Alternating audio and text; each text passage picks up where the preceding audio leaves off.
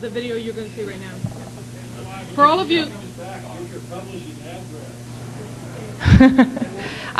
Also, I'll let you know, I went to Vancouver and saw Jonathan 2 weeks after the event took place. I saw the what do you call it, little shaft that drains the fluid from the shunt. That's called a shunt. Was put in to drain the fluid from the wound because it entered in through the shoulder and exited out through the back part of that shoulder. He was constantly having to change the wound, the bandage. So now I have a place to put hours. my pen.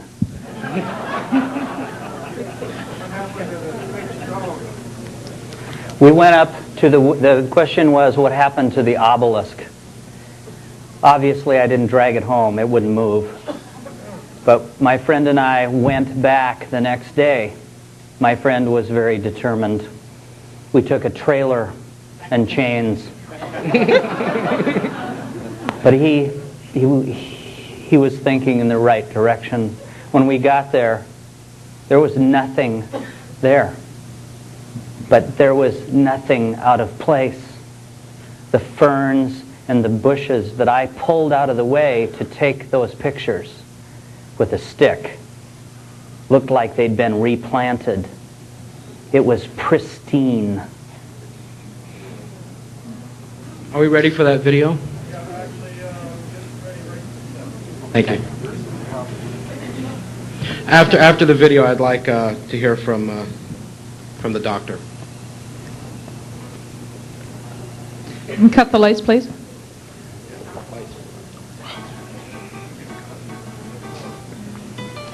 This is my shoulder, my left shoulder. It entered right above the collarbone and exited through my back in 3 places. I found the shell on the ground. It was a 9mm shell. I do not believe that the gun was meant to fire. I believe that it fired because I grabbed it. The look on the fellow's face was quite startling when it went off. I thought it had missed me. And I laid on the ground and somebody came running over. Lights, please. And said, "Are you okay?" And I said, "Yeah, I'm fine, I'm fine." He said, "No, you're not. There's blood all over you." And I didn't even know I had been shot. Yes, it is. Yeah, pretty much. Okay. All right, doctor, please. Thank you. Well, I'd just like to personally thank the 3 of you for the courage to come forward with this before I say that. We're all behind Thank you. and Thank you very much. In addition to working with Ron Russell on studying crop circles, I teach resonant viewing in Boulder, Colorado. I've worked with some of the viewers that have been here at the conference, and we viewed this event about 1.5 years ago after hearing you on the Art Bell show. And I gave the target to one of our best, most consistent viewers.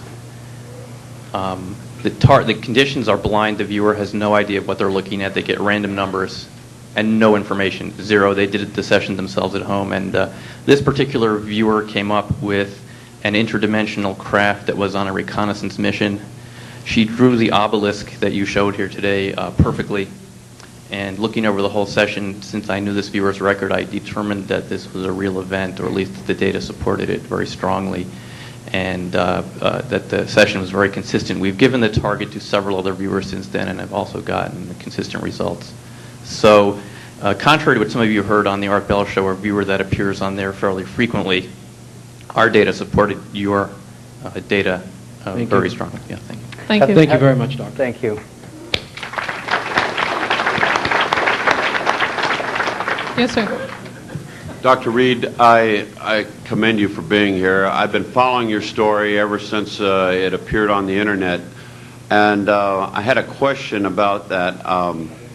As you had this being either near or in this freezer, you even had a recording of this being actually made a scream as you opened up the freezer lid. It actually screamed.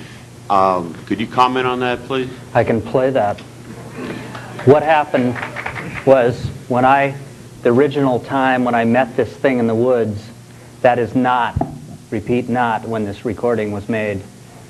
This recording was made in my garage